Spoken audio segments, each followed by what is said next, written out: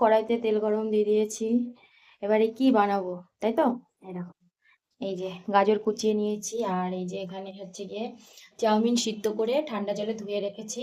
ঠিক আছে, তো বানাবো হচ্ছে গিয়ে বুঝতে পারছো?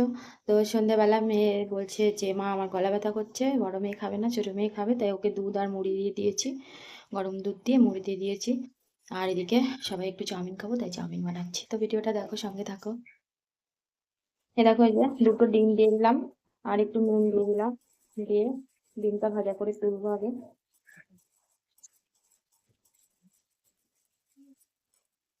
তো এই দেখো, ডিমটা ভাজা গেছে, তুলে নিয়েছি। এবার আবার একটু তেল দিয়ে দিলাম, দিয়ে যে পেঁয়াজ কুচি দিয়ে দিচ্ছি।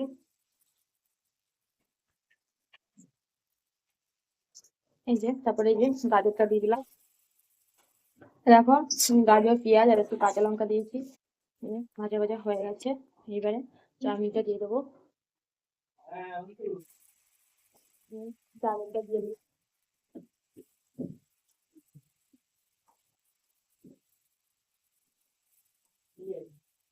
দেখো, দিয়ে দিলাম একটু নুন, একটু গোলমরিচ গুঁড়ো, আর এটা হচ্ছে তোমার চাউমিন মশলা। এটা দিয়ে দিলাম।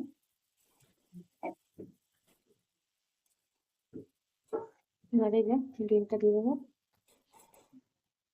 দেখো, ডিমটা দিয়ে ভালো করে নেড়ে চেড়ে তারপরে দিয়ে দিয়েছি একটু চিনি, একটু লেবুর রস দিলাম, দিয়ে এবারে নামিয়ে দেবো, পুরো কমপ্লিট। তো তোমরা কে কে খাবে, চলে এসো।